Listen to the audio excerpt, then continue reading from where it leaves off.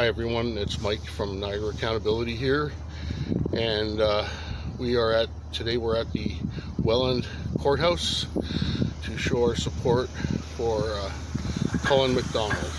So we're just in the parking lot here, and we're going to head out to where everybody is. And the court starts at 11. How you doing, man? Long time no see. You want to film the place?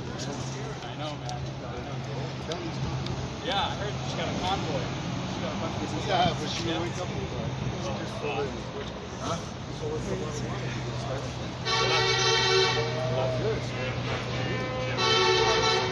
Yeah, it's 11. The problem is it's a tiny courtroom, so there's only like 25.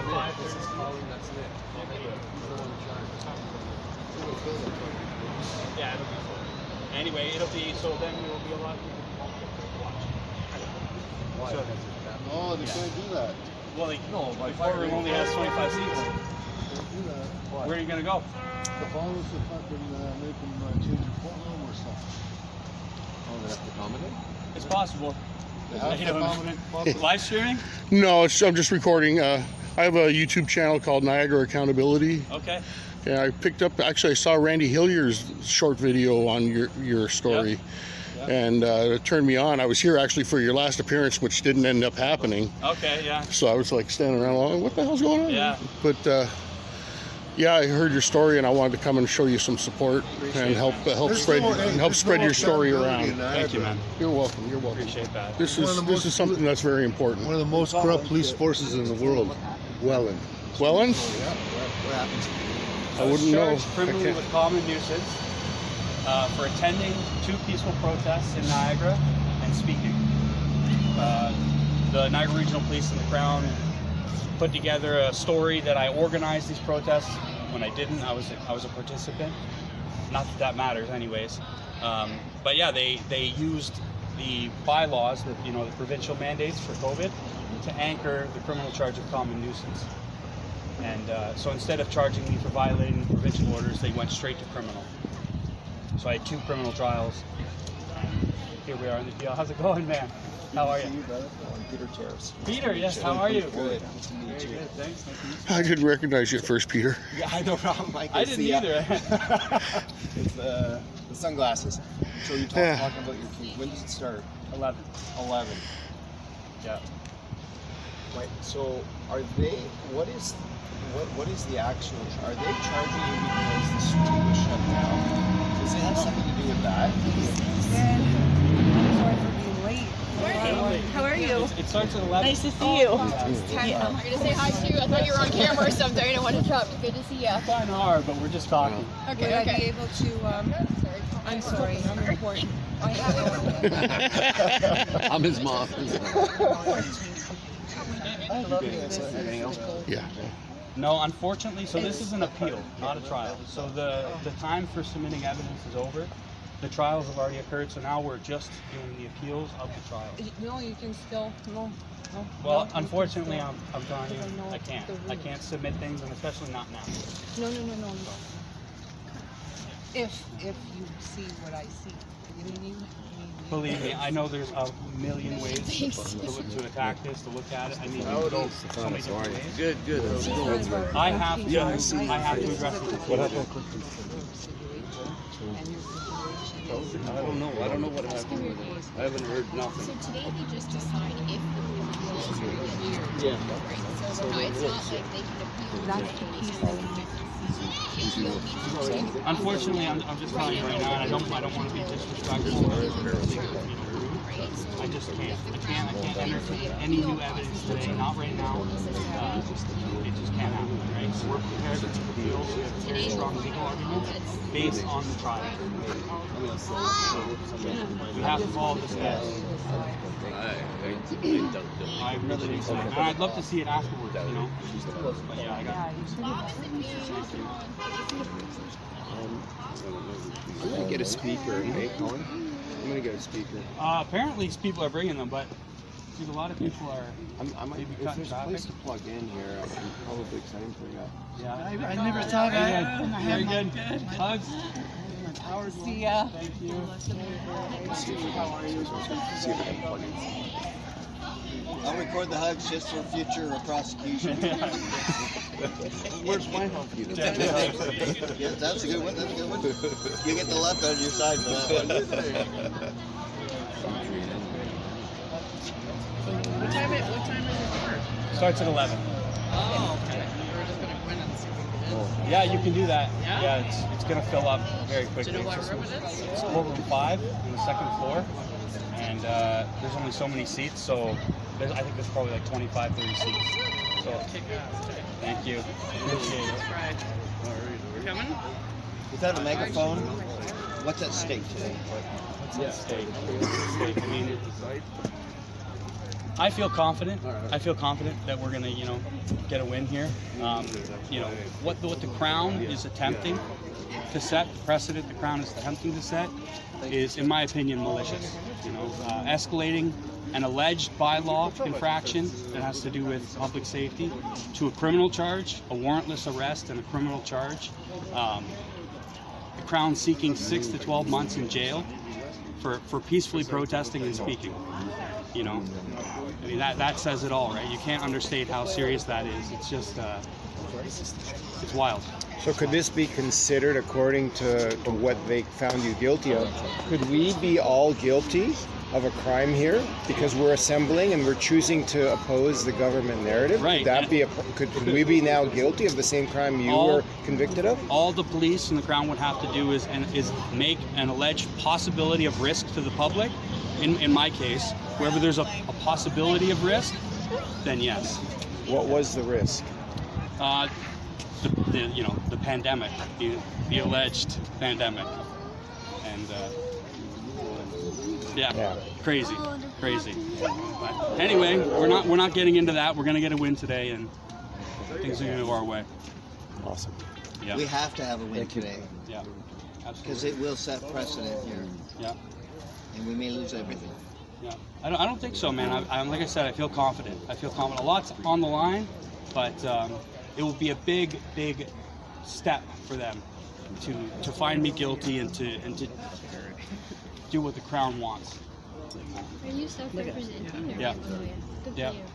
Yeah, hopefully Chris Weisdorf's going to help me out as like a Mackenzie friend, and that's what I came out here, was to find him, and I haven't seen him yet. I haven't seen Chris. Well, Chris and Dave. if it doesn't work out, I have a bed available in this tent here. Right on, guys. Because we're here for each other. Yeah. Although Stefanos did sleep in it last night, so it may need some cleaning first. Colin, did I hear you say that they start out with a provincial offense and then go to criminal?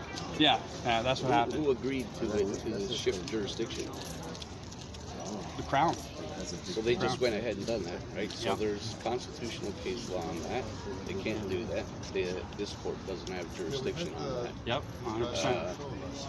As a matter of fact, I used that in one of the cases in Alberta. Remember the mother and the daughter who were forced in that COVID hotel off the plane? Okay. I used that there, and the courts threw it out. They can't do it. So there's plenty of case law. on that, too. Jurisdiction? Yeah, At jurisdiction. Yeah. provincial level? Yeah, they can't have. You can't be charged in provincial offenses and then get charged in criminal at the same time. It doesn't work like that. No, I know. Yeah. No, our main argument is the case precedent of R versus Sharma, and it explicitly states that you can't escalate provincial or municipal offenses into federal. Yeah, that's right. You can't. And you didn't agree to it, so they violated your constitutional right on top of that. Yep. Absolutely. Yep. And not only that, they had means within the EMCPA and the Reopening Ontario Act Yeah. to escalate. If they wanted to arrest me, they could have done it. They could have done it within the legislation they had. They chose not to. Right. It's Right. because they got no leg to stand on provincial offense. So Right. now they're Yeah. going to try to bring it to something else. And they could have done. They did it in Nova Scotia. They did it in New Brunswick. They did an injunction, And with that injunction, then they were able to Right. do the arrest. But they didn't do that here. Yeah. They didn't do that here. Yeah. It doesn't matter. Either way, it's still a constitutional infringement. Yep. So that's where you've got to stand there. Yep. Awesome. Appreciate it. Thank you, guys. Yep. What time is your matter at? Are we allowed inside? There's only going to be there's 25 seats, and there's probably already 25 people in there right now waiting. So it starts at 11. Whoever asked that. Yeah. But yeah, Rebecca Shepherd, you made it. I made it. Thank you, sister. How are you? Very good. Are you ready? I'm ready. Oh boy. We're just chatting. Have you talked to Dave? I talked to him this morning. He was on his way. I talked to him at like 7 o'clock. Yeah. He was in Oshawa. I think there was some traffic. I can you call. were saying. I'll call him. Oh, he called me. Sorry, I'll call him. Okay. Yeah. Awesome, guys. Well, thank you for coming. Thank you for videoing and sharing. Thank you for standing up for us. Yeah. Yep. I didn't ask for it. I didn't want to be here. No. Okay, here we are. No. You're doing the right. Thank you. You are 100%. Thank you, guys. It's really a shame it came to this, but at least we have someone with the courage to stand up for us. Yep. And that we thank you for. Thank you. Now, were you found guilty on the event? It was in April of 2021. It was at Oaks Park at the bottom of Clifton Hill, where I was at that event as well. Maxime Bernier was at that event. He got a ticket. Why did they focus on you? They alleged that I was the organizer, and in my disclosure, it was written that because I was the organizer of that No More Lockdowns Niagara protest, that it was a string of logic where because the organizers didn't inform the police of the route, and because there was the pandemic and this risk to the public, that and again, this was a false allegation, 100% false. They had no evidence, and I wasn't the organizer. I was invited by the organizer to speak, just like Maxime, right? Yeah. And but we believe, and I believe, that it was because of my impact and influence, what I was saying, how I was saying it, that ultimately led to that false allegation. But that's why I was targeted criminally instead of provincially, like Max and everyone else. He did get a ticket. Yep. But they dropped it. Right. They dropped it. Yeah. And everyone else, right? And so I was acquitted on that charge. So I was at that event. So by their logic, maybe they kept me safe by arresting you, because maybe they kept me safe from the virus. Yeah. And that was right. Like what's my their biggest thinking? question was what was it that I did that caused the risk? Because in my release conditions, they restricted my ability to amplify my voice, right? Not my physical presence. They didn't restrict me from going outside, or they didn't jail me and to protect the public. The only protection through the release conditions was to restrict my voice, right? They want to make you quiet. So that shows you what they were really doing with that charge. Yeah. But I was acquitted on that one. And then, so 2 weeks later, there was a much smaller protest in St. Catharines. That was the protest I was found guilty. Again, same situation, same motives. And I was there. Yeah. Yeah. Yeah. Right? Exactly. And I came up there. I couldn't use a microphone, so I gave my 60-second speech, and that was the court played that like 12 times over and over and over again, and I'm saying, what are we doing to our country where we so easily disregard our fundamental rights? And that was used to find me guilty. I have the whole speech recorded. On the truth table. Was there anything else? Did you block the road? No. Did you No. break anything? No, Did you exactly, nothing, right? Nothing, Yeah. Nothing else. Didn't break into an old folks' home, or do nothing. No burning of flags or any disorderly conduct. Yeah, and that's why I think they had to resort to those false allegations, because they needed something, right? They needed something, so they had to make up something, Yeah. Have you had enough Wasting money. have you had enough financial support from us? Yep, absolutely. Yeah, the fundraisers help pay for the factums. We got really strong legal arguments in our factums, and because I've self-represented, that we've saved a bunch of money there. Like, if not, I wouldn't be able to do this. Like, it would be out of the question. Yeah. So Cullen, today is what? To appeal and get it. Yeah. So I'm appealing the guilty verdict. The Crown is appealing my acquittal, which I received first, and then the Crown is also appealing the sentencing. So when I was found guilty, I was sentenced $4,000 and given a criminal record. And the Crown is arguing, or will be arguing in court today, that that is demonstrably unfit, and someone that does what I did, which was peacefully assemble and speak, deserves to go to jail for 6 to 12 months. So that's what they're going to present. Yes, today. Yeah. Yeah. And that's right there, the malicious intent behind that. And that's why this is so important. And Cullen, do you know if there's any cases in Canada where people, since R versus Sharma, the 1993 ruling, where a Canadian has been criminally charged, convicted, and received jail time for committing a bylaw offense? No, never. Is there any case law? Were you able to find any case law about a criminal charge for a bylaw offense in Canada? Never. So what's going to happen? Should Mr. Lucifera, can't write this stuff if he tried, what do you think would happen to Canada should Lucifera, for some unforeseen reason, be successful? Completely change the way that policing is handled, and that these municipal and provincial regulations are enforced, and it will give broad sweeping power to every police officer and every Crown prosecutor in Canada to escalate any provincial mandate where there's a possibility of... Good, brother, how are you? Keep going. Testing. Yeah, and that can't be understated. It's like, that is so dangerous, and that's why we're here. Absolutely. Thank you. And I guess, I'll take this opportunity just to thank everyone. Thank you guys so much. Thank you. Thank you.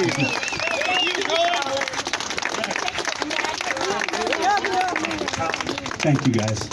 Yeah, I just wanted to say, God bless you. God bless each and every one of you. Thank you guys for coming. It's going to be an emotional day for me. But I think I was chosen. I think that God picked me for this.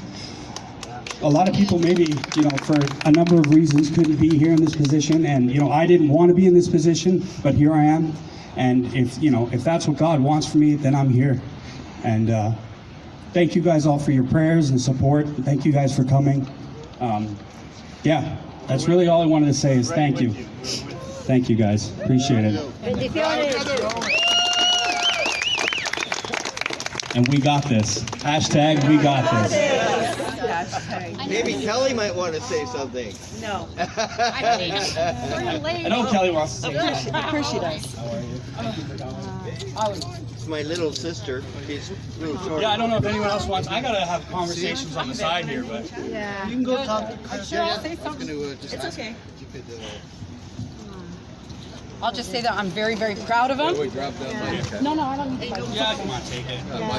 Hey guys, how's it going? So I'm very happy to see the turnout here. Cullen's been with us since right in the beginning. Same with Rebecca.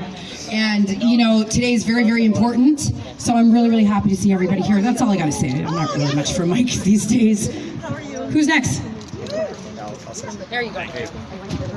So I'm really proud of Cullen for standing up too. I'm the candidate actually in the next federal election for the People's Party of Canada, and I keep telling people every day that if this can happen to Cullen, if Cullen can be arrested for basically making a choice of who he associates with and having an opinion that is different from the government narrative, then we are all at risk here. Actually, even the people who agree with the government narrative are at risk as well. We are all at risk because it is not the job of the government to tell you what you're supposed to believe, who you're supposed to associate with, what you're supposed to inject in your body. It is the job of government to protect your rights so that you can make those decisions for yourself. And that's really what this was about from the beginning, protecting our charter rights. And we have to continue to do that. And I think even in this next federal election, every federal election is a big deal.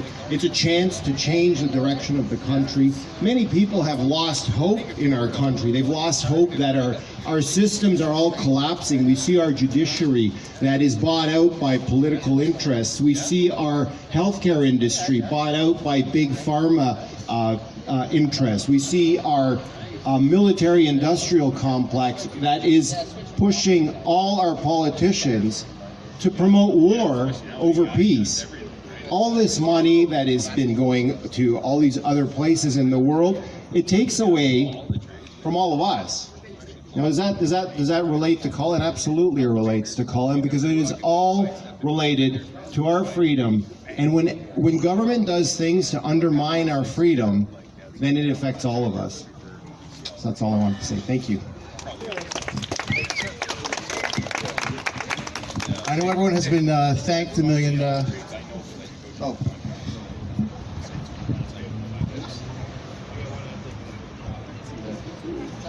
I know everyone has been thanked a million times for coming. I'm going to say it again. Thank you very much for coming.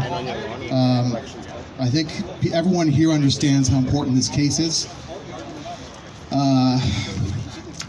What can I tell you? There's never been anything like this in the history of Canada. I think the last time was in the early 1900s when we originally had anti-mask, anti-vaccine rallies. Most people don't even know about this, but humanity has been through this before. We're at the stage where we're going through this now, and I believe we're going to win. This is called common nuisance. This is a new term they're using, which means putting the public at risk, even though there's no victims whatsoever. This case in particular is close to me because, like Cullen, I too was arrested and criminally charged with the exact same common nuisance. I was maliciously prosecuted for about a year. I'd like to point to Exhibit 1 on the speaker. If you can look over there, you'll see I didn't take the tape off. That speaker, along with I call the battle wagon, where I protested in the city of Toronto, was taken in as evidence and held for a year because I did exactly what I'm doing right now. Talking to people on the street, letting them become aware of what's going on, things I don't want us to say publicly. Of course I got it back, because as you can see, it's here. Walk the sidewalk, please. Sorry. Yeah, we'll just move from the sidewalk. Please walk the sidewalk. This is a very important case, as I mentioned. There's no case like it. It basically criminalizes bylaws. So I'm sure everyone has heard of Bill C-293. There's provisions in there about emergency preparedness. They can essentially take all those provisions, which will end up being bylaws, and then arbitrarily criminalize which ones they choose. And they'll probably go after people that they consider leaders or influencers, etc. That's the whole plan with this. And I think that Cullen's case ties directly to Bill C-293. If you haven't heard of it, please look it up. I believe our factum is rock solid. Sorry, our submissions, I should say, sorry. Or no, factum, it's an appeal. We have mens rea that's outlined, which is that Cullen never had a guilty mind in the first place. We have R versus Sharma, 1993 decision, Supreme Court, which says that you cannot escalate a bylaw, so we're hoping that this court recognizes their own laws, Supreme Court being the highest court in the land. And of course, the Canadian Bill of Rights, Section 1D and E, freedom of speech, freedom of assembly, which every Canadian is entitled to. Don't ever forget that. Besides that, I mean, I think we're going to kill it in there, and I think that the law is on our side. I think God is on our side. And again, I'm going to thank every single one of you for coming out. I know many of you probably had long drives. Mine was 5 hours, but I'm pretty sure many of you could probably beat me on that because you realize how important this case is. So thank you very much for coming out. I'm going to hand the mic over to Mr. Kelly Hale.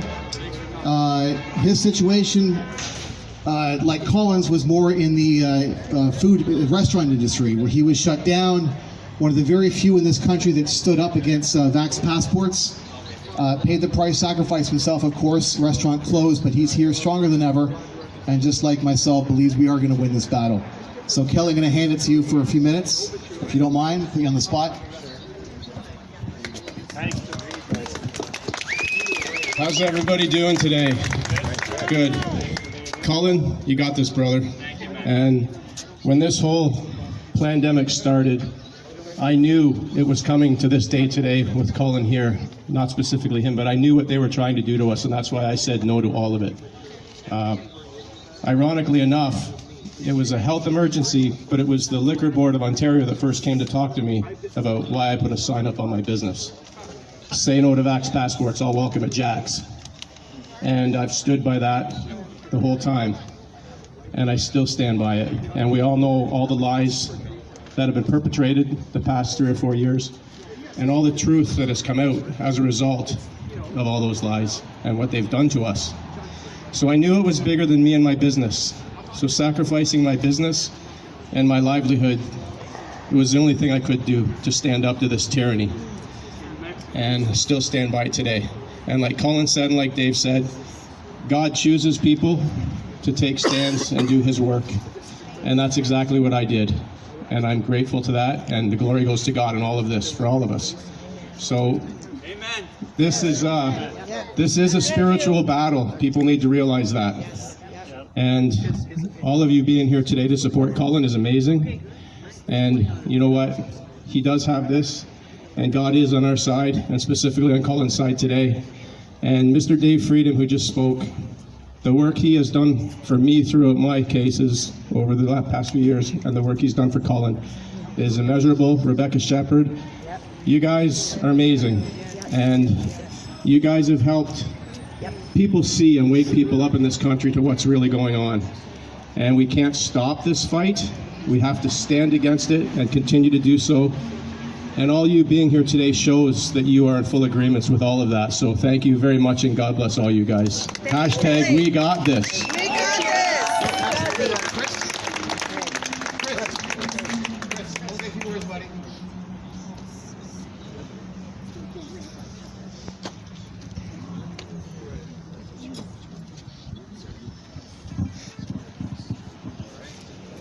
Yeah, a little bit unexpected even being here today.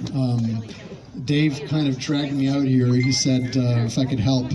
And I ended up doing a bunch of research for Cullen. I ended up putting together some of his materials for him.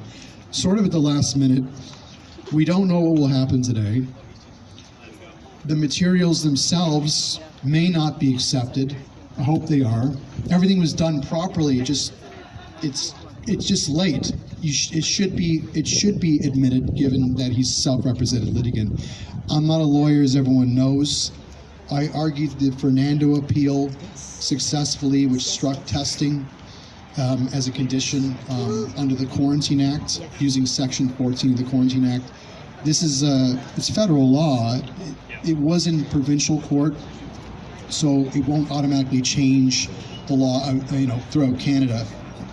But it will happen eventually. As for this case is actually for appealing less than that case, which is the Fernando case, which was $5,000.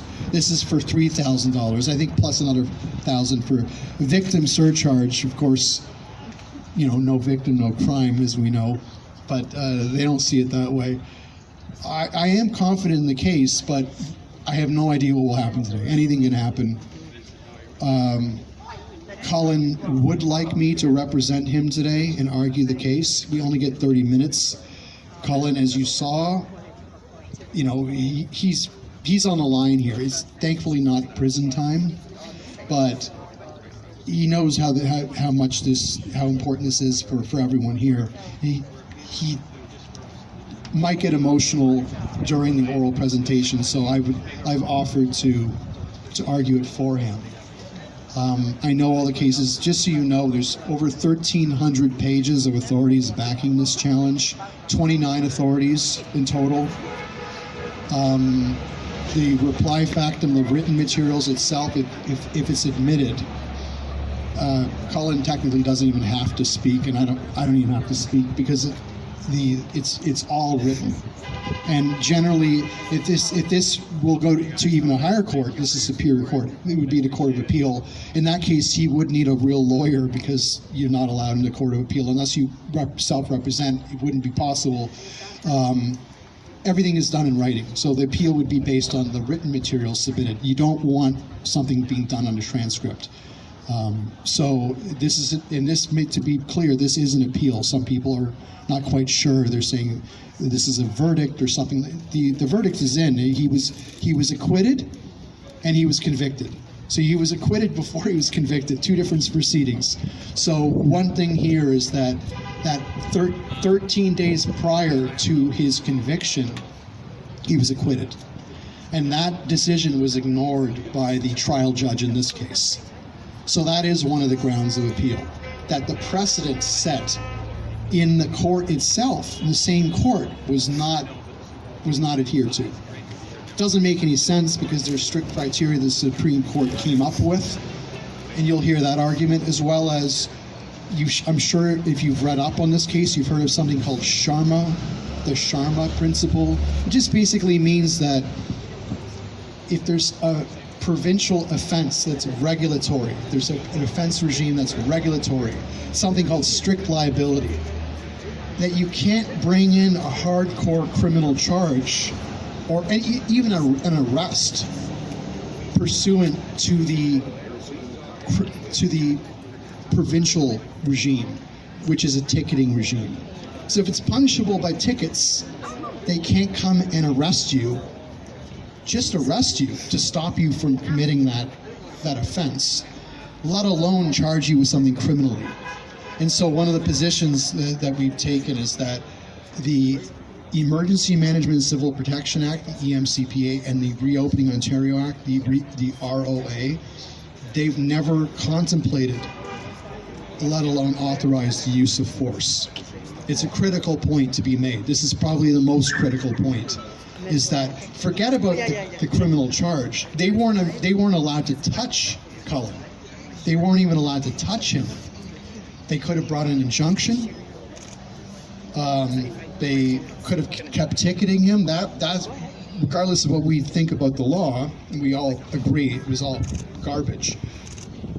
But that is the law. They could have kept ticketing him, and they could have brought an injunction. They didn't do it. They brought injunctions, other injunctions in Ontario, in BC, in Alberta, in Nova Scotia. In Nova Scotia, they brought a province-wide injunction, and the Nova Scotia Court of Appeal was highly critical of that decision by the government.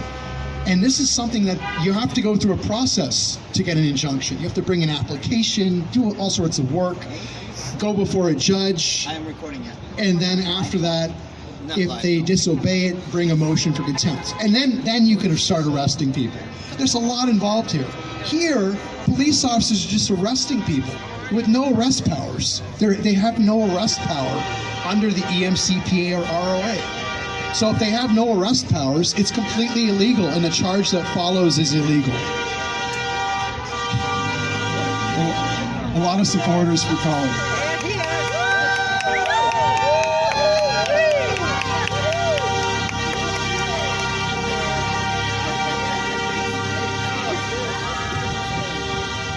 So be careful. He could be charged with common nuisance, right? Yeah. So I guess I'll just finish by saying that this case at its core is really not that complicated case. It's really whether the police did or did not have the power to arrest Cullen and to charge him. They didn't. If Cullen had run away, some people get nervous. Maybe Cullen could have run away. They would have been able to arrest him. But because he didn't, he stood his ground. No power of arrest. That's in the Provincial Offences Act. And in many acts, the power of arrest is written in, like the Highway Traffic Act, Provincial Offences Act, the Trespass to Property Act. A lot of people dealt with that with mask exemptions. People said, throw me out. The police came and they arrested them. They have that power, but it's not in the ROA or EMCPA. So to Cullen, to everyone here, I mean, I wish us all, because we're all intricately involved in this, any type of affirmation of this conviction, meaning a loss of this appeal, and a win of the appeal brought in the other case where Cullen was acquitted, would effectively criminalize protest in Canada. It would, and certainly in Ontario. I mean, it would be a binding precedent in Superior Court, and it would criminalize protest.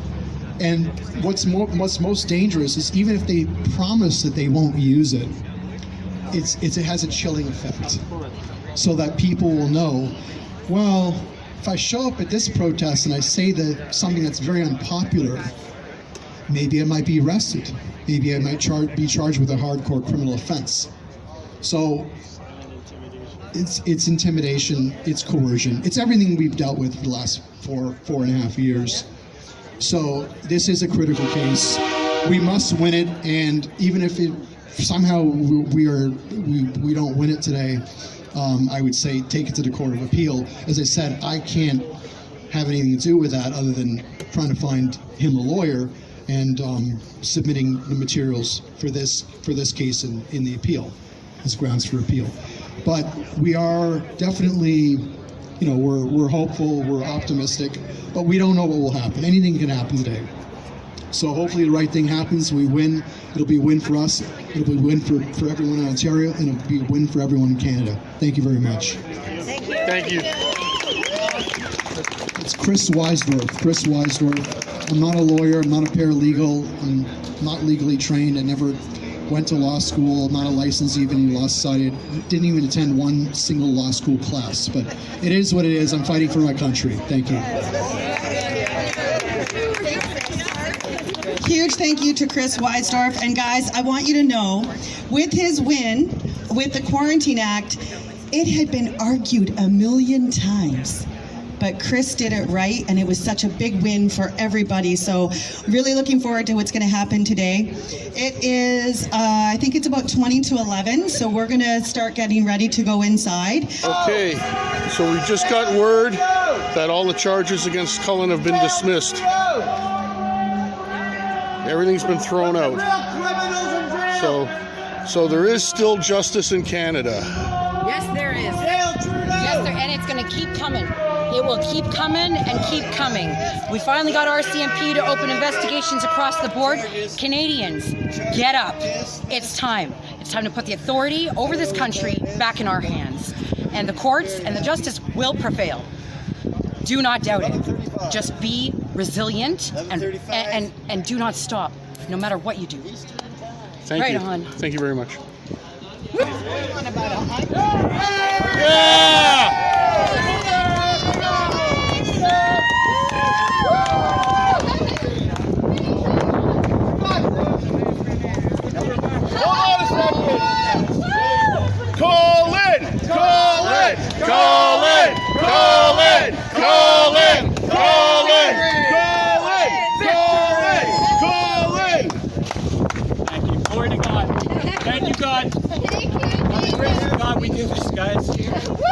I think it just means, this speaks to just don't give up hope. Keep fighting, no matter what they fucking throw at you, no matter how they try to scare you, no matter how they try to intimidate you, fight. Keep fighting. When I said that in the speech, I said we have two options. We fight or we lose. And I fought, and I won, and so can everyone here. Thank you guys so much for coming.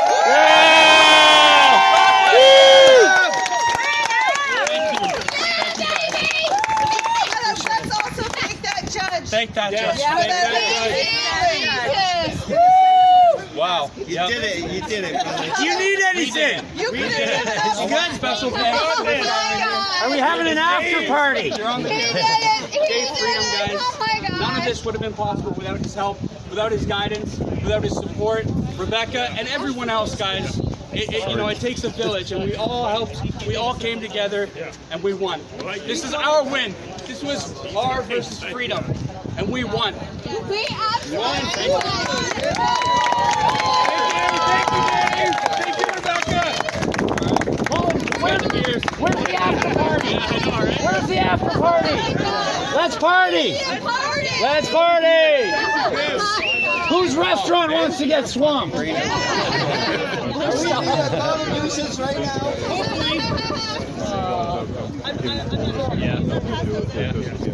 You kept looking at me and I'm like, you didn't have any blackmail on them. Yeah. They didn't have any Diddy videos. Not here because I won. That was my fear. That's how they win. They fucking block the shit out. Listen, I know. Comparing it to somebody who's Oh, no worries.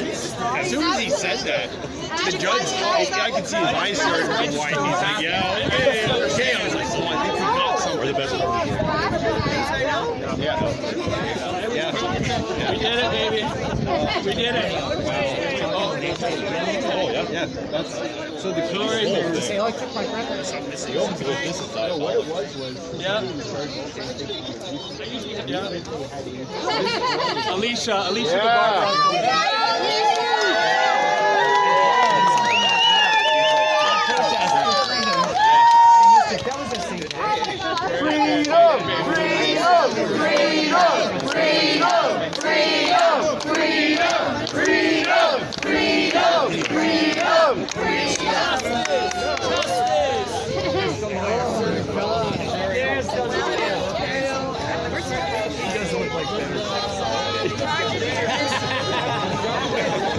Back to his office. Great day for Canada.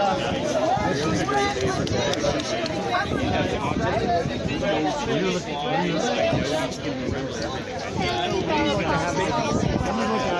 Let him have the floor. I'm gonna go over here. Kids never exist. Thank you. I don't want my child to be a